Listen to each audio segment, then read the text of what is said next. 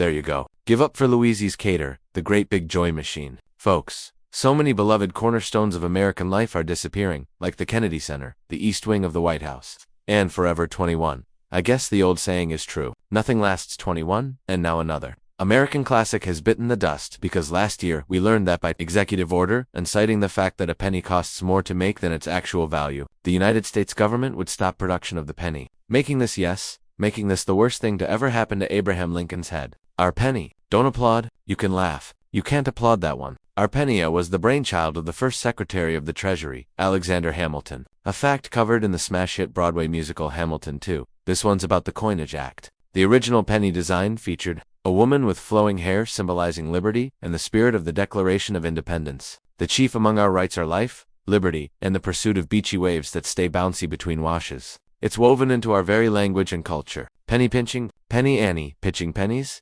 pennies from heaven, the good luck penny. And older audience members might remember, back in the day you could fix a blown fuse by sticking a penny in the socket, which to this day remains the most cost-effective way to burn your house down. Don't do it. Also, say goodbye to the iconic take a penny, leave a penny tray. I got to confess, as a kid, when the clerk's back was turned, I would sometimes eat a whole handful. But no one seems to be talking about the biggest loss of all, and that's the penny press machine. An American institution. You want memories? You want excitement? Well, for just 51 cents, you could have an oblong flattened memento of Myrtle Beach or the sunset in Paskey, Michigan, or the Great Blue Heron of South Carolina. Sure, you could just take a picture, but then you'd never be able to look down from heaven as your grandkids rummage through that little tray on your dresser and say, "Wow, Grandpa once went to the Cincinnati Zoo. He truly lived a rich life." Penny presses were introduced at the World's Fair in Chicago in 1893, which sounds dull today, but in the 19th century, the only two pastimes were pressing pennies or delicately coughing blood into a key. And to this day, penny presses are built right here in America. Folks, like at the Penny Press Machine Company in Little Canada, Minnesota. Good people at Penny Press.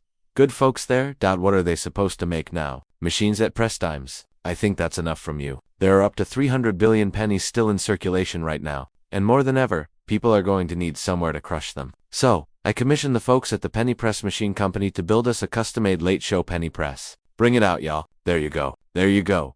Mr. President, thank you so much for coming back from the dead to do jokes about pennies. No problem, Steve. I just love going to the theater. Good man, good man. This is the Late Show Penny Press, sir, which makes for custom designs. For score, Mr. President, we would love you to press the very first penny in it. Would you do the honor, sir? Okay, here we go. Very exciting. Mr. President, what image was pressed onto your penny? Oh, it's a little penny. That's right. One of the design options? That's right. The design options are me, the band, the Ed Sullivan Theater, or a tiny image of a penny on this penny, commemorating the fact that there will be no more pennies. This penny press machine will be in the lobby of the Ed Sullivan Theater, until the end of the show, when it will be shoved off the Trio Bridge. Until then, our audience members can make their own late show penny, and everyone here is going to go home with one tonight. Thank you, Mr. President. We'll be right back with Clarissa Ward.